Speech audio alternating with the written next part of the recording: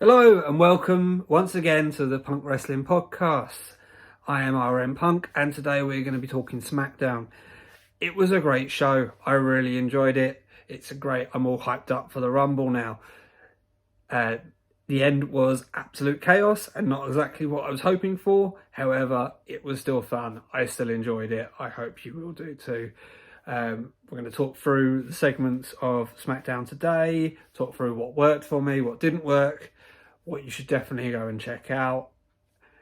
And then leading into the Rumble, tomorrow we'll be doing predictions and I'll be talking surprise entrance. So let's start off with the show, shall we? It starts off with Daniel Bryan in the ring. Yes. Does his Royal Rumble hype once again that he's going to go and win the Rumble. He's going to relive his dream of headlining WrestleMania. He hasn't got many manias left, but he's fit and healthy because of his work with Alpha Academy. He's all loose and starts gyrating his hips and everything. It was a good promo, impassioned as only Daniel Bryan seems to be able to get that proper passion in everything he says, that you believe everything he's saying. Obviously, you expect, okay, someone's going to come out and interrupt this promo. Is it going to be Nakamura? Is it going to be Cesaro? Is it going to be someone else? Well, they don't want none. It's AJ Styles from Raw. What? So, rightly so. Daniel Bryan's like, happy to see you and all, AJ, but you're a Raw superstar and this is Smackdown. Amos was quarterly brand-to-brand invitational. And I'm like, okay, here we go. It's AJ Styles. You're going to say, well, it's the house that AJ Styles built. I'll come here when I want to. AJ says that he's the gatekeeper on Raw. He's crushing people's hopes and dreams. Bryan offers him out for a fight. Basically, AJ accepts, pushes him over. Bryan's on the floor, about to get up. Amos is standing there, that was the other thing. Yes, sorry, I missed a little bit. AJ's like, you don't look ready. You're in a suit. You're GM again. Have you got one foot out the door? Leading up to the fight. Amos stands between them, makes his presence felt. Bryan's like, well, if you're a real man, you would leave Amos at the back tonight, fight on your own, show you're a real man. With or without him, I'm still going to kick your ass. It was a good start, AJ and Daniel Bryan is never going to be a bad thing. I was very hyped. I was like, great, Smackdown pulling it out again, even with a Raw superstar, he's already more relatable in his 10 minutes on Smackdown than he has been for the last few months. But it is what it is. Right, after that, we had Bayley interview with Kayla. Straight off the bat, Kayla's like, how are you feeling after losing last week? Bayley's like, no, that's not how I remember it. What's the important part is the beatdown afterwards.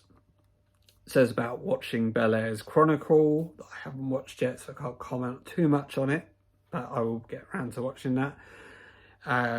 Is proud of the accomplishments Belair's made and how she's doing, but one thing she noticed was that throughout her career she's been running away from things, and that all her problems she runs away from, and that Bayley's her biggest problem, and after tonight she can run away from that.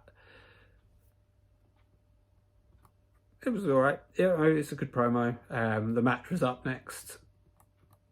Started off standard heel versus a strong babyface, cowardly heel, looking for an opening, finds the opening to target the arm. At one point, it is where the turnaround ding dongs on Belair's hair, so he's pulling on her hair, ding dong, ding dong. That was all good. It was quite funny.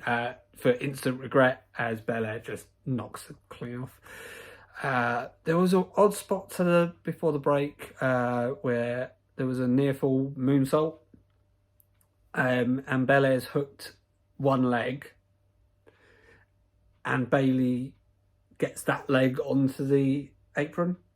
It almost looks like Belair puts her leg on it because Belair's the strong one. She should be holding that leg. Shouldn't be going on to the rope break. Back from the break, Belair's on top. Bailey goes back to the arm, back into control. There was a really nice point. At one point, Cole's talking about whispers of Bailey being jealous of the fanfare that Belair's getting, and you just hear Bailey shout to Cole, "I'm not jealous," during mid-match, which is a nice thing they've done during this zero crowd bit. Bailey's interacting with Cole. It's like, well, I can hear you, so I'm going to comment. And she mentioned that on the Undertaker, not the Undertaker, the Stone Cold podcast as well. It's a nice little moment. But yeah, Belair wins in the end with KOD. It was a good match. It's about time that Belair got a clean win over Bailey. Yeah, it was very good. Back on the stage, interview with Belair, talks about her accomplishments, that this is the best, biggest win of her career. She's just going to go on from there and win the Rumble. No complaints there. It was all good. She's not my pick to win it, but she was all good, and we'll get to that tomorrow. You've got Cesaro talking with AJ backstage for a moment. Nothing come of that segment. We've got Corbin out now, and dastardly Dom attacks him from behind.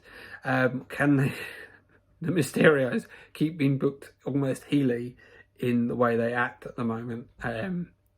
Just doesn't quite work. With Ray, it makes a bit more sense. With Dom, not so much. The stories are just very muddled, in my opinion, at the moment. With Corbin, well, any Mysterio story seems to be muddled at the moment. But Corbin wins once again in quite a clunky match, this one. Dom is obviously still learning. Don't think he's there yet. And Corbin isn't one to carry a match in the way that a Seth Rollins or Murphy is going to. There's not much to that. I wasn't that interested in this part of the story. It is a story, don't get me wrong, which is different from the random matches on Raw, but it's just not the story for me. Corbin attacks Ray, but Ray counters at the end. That's that part of the show. You've got Big E and Sonya backstage. So what's a boy's Raw number? Asking what his Raw number is while passing her a note. And Sonya's like, it's a $1. Like, you're going to hit me with $1. And he's like, I've got Arby's coupons as well. As a non-American, don't really know Arby's that well. But it's some sort of fast food franchise. It's Big E being funny as always. Interrupted by The Miz and Morrison. Not exactly my favourites at the moment. And Big E sums it up purposely. Why are you bringing your stench of Raw over onto my show? And it was perfect. That's the perfect line. Miz and Morrison are asking where Adam Pearce is. Sonya says that basically he's got the week off after what happened last week. Miz and Morrison say they're here for, see what happens. We've got the last man standing match. He's smart, and Morrison brings up the stock thing that's going on. That he's going to buy some shares in Best Buy or whatever it was. GameStop, isn't it? It's GameStop. And Big E's like, yeah, okay, yeah, nice with your pop culture references. I've got stuff to do. Got Rumble business. Miz and Morrison clap back a bit. Big E's like, yeah, you're both over the hill, crazy thinking that you've got a chance in the Rumble. Backstage brawl, broken up. Big E was on top during that brawl. They announce for tomorrow night a match between Natalya and Tamina on backstage for the number 30 spot in the Women's Royal Rumble. I'm all fine with that. Aren't they tag team partners? Just asking. Could be wrong. We've got Sasha backstage with Kalisto for a short period of time. They break off. Reginald comes in peace. Offers a bottle of red wine from Carmella that Carmella's asked him to pick out for when Sasha loses her title on Sunday. Sasha starts flirting with Reggie here. With the end, can you pick out a bottle of wine for Carmella for me? For when she's got a broken jaw, which was a nice little clap back. It was good. Gives Reggie the bottle back. Says you could use a drink. It was fine. It was a good segment. Again, I will say it. I don't know who Sasha's meant to be right now, but it's all entertaining. It's all good. We've got a picture-in-picture interview coming up with Roman and KO. Looking forward to that. But first, Sami is there with Nakamura. Asks what's going on with Nakamura. Are him and Cesaro breaking up? Is he going off on his own? Says that, Sami's helped Nakamura so much for his career. It's time for him to repay the favour. That his whole career is thanks to Sami, from his NXT debut all the way up through the Artists Collective. Shinsuke says, I appreciate everything you've done, but go to hell. Nice, clean. Next, we had the sit-down, picture-in-picture interview, KO and Roman Reigns. I will never do this justice. You should go watch this. This was absolutely brilliant. Roman is just unbelievable on the mic at this moment. His calm demeanour in the way he was acting. KO was keeping up with him, which is hard at this point. And it's weird to be saying that KO was keeping up with Roman Reigns in a promo, but he was keeping up with him, not, destroying him like you would think a couple of years ago. You'd be like, well, Kevin's great on the mic. It was just brilliant. Roman talks about KO's family, asks if his dad was a smart man, because Kevin is a fool, which means his dad is a fool and his granddad's a fool. But it's done in such a calm way. And then when Kevin gets loud, Roman just turns the TV off. It was just brilliant. Absolutely brilliant stuff. I could go on about it all day, but I'm not going to. You should go watch it. It was great. So, we've got Daniel Bryan versus AJ. And I will go through my notes here quite a bit, because I'm talking through my notes and none of it makes sense. So it starts off, AJ comes out, then Amos comes out, and you're like, oh, okay. But on the stage, he sends Amos away. It's like, okay. I'm like, right, if this was Raw, that wouldn't have happened. And the match would be super short. But with Smackdown, they'll get time to work, is what I say, even if it might not be a clean finish. And I'm like, well, there won't be a clean finish. There will be some shenanigans towards the end, but we're going to get some time here. We're going to get Daniel Bryan versus AJ, and it's going to be great. Straight away, Cesaro's on commentary. But as you expect, some great train wrestling started it off. I felt there was too much Cesaro in the beginning. There's just too much talking going on, and they keep showing Cesaro and they're not showing the match. And the match was good, but they're talking all about Cesaro. Sami's music then hits. Out with his signs. Not my IC champ, and Sami, which is something for injustice. And I put in my notes, I may have spoken too soon here. Was I ever? Again, the action in the ring is great, but the camera keeps looking more to Sami and Cesaro at this point. And commentary is not focused on the match whatsoever, but the match itself is good.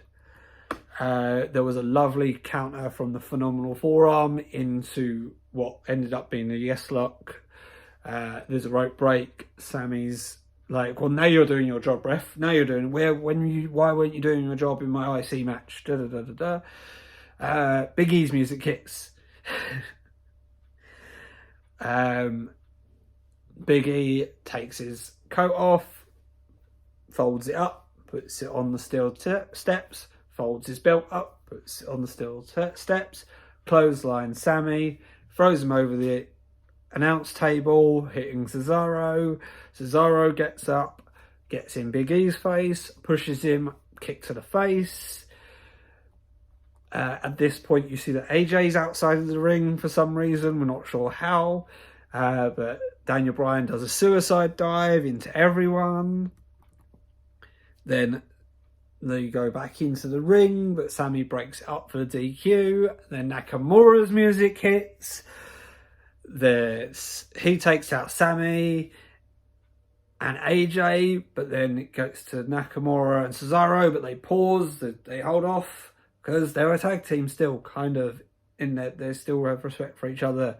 I'm like, that's great. They're on opposing views on this, but they're not going to fight yet, and maybe they'll save it for the Rumble for a moment, thing like this. But that was really nice. But yeah, so the heels get thrown out by the baby faces to go to break. Not what I was hoping for here. I'm like, however, I was also like, well, those 6 men, Nakamura, AJ Styles, Daniel Bryan, Cesaro, Big E, Sami Zayn, that will be a great 6-man tag match. I'm all for it. You know, it makes sense for a go-home show to have those 6 men in a tag match. And that's what we got when we come back. However, Nakamura and Cesaro are fighting each other straight away. And I'm like, well, that's just undone the good work you just did 30 seconds earlier. That could have left for more build to the Rumble. However, it was all good. Focusing on Daniel Bryan's leg throughout the early goings. Big E and Cesaro had some great back and forth with some hard-hitting offense. Then Miz and Morrison attacks Nakamura for the bell. They take out Big E. Then Otis comes out, takes out Miz and Morrison. The commentary team talk about who's going to throw Otis over the top rope, because of course every big man just has to win the Rumble, surely. Now we have a 9-man tag team match, as you do.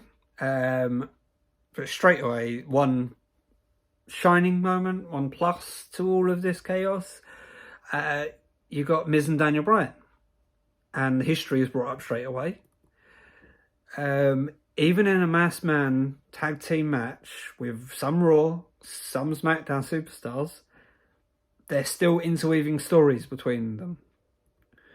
They talked up AJ and Daniel Bryan's feud that they had over the IC title.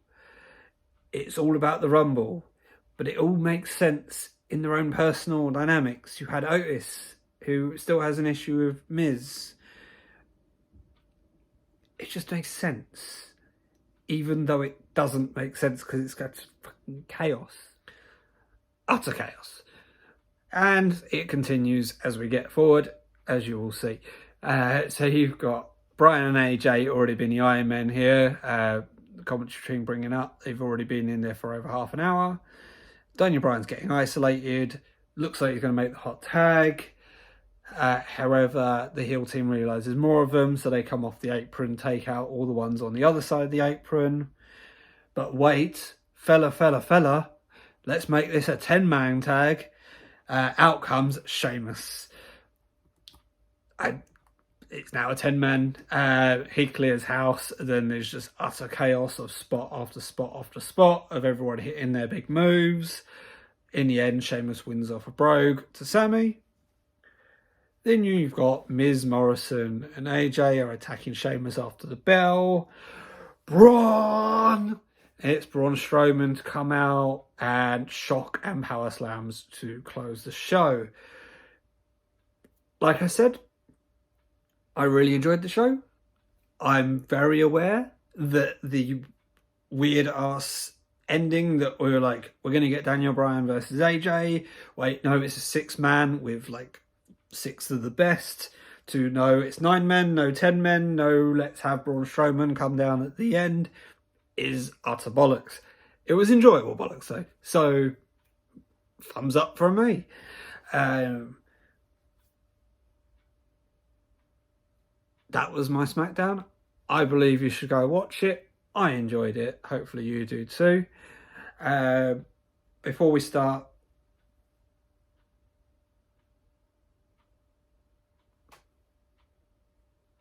Before I sign off for this video, thanks for those that have watched my content so far.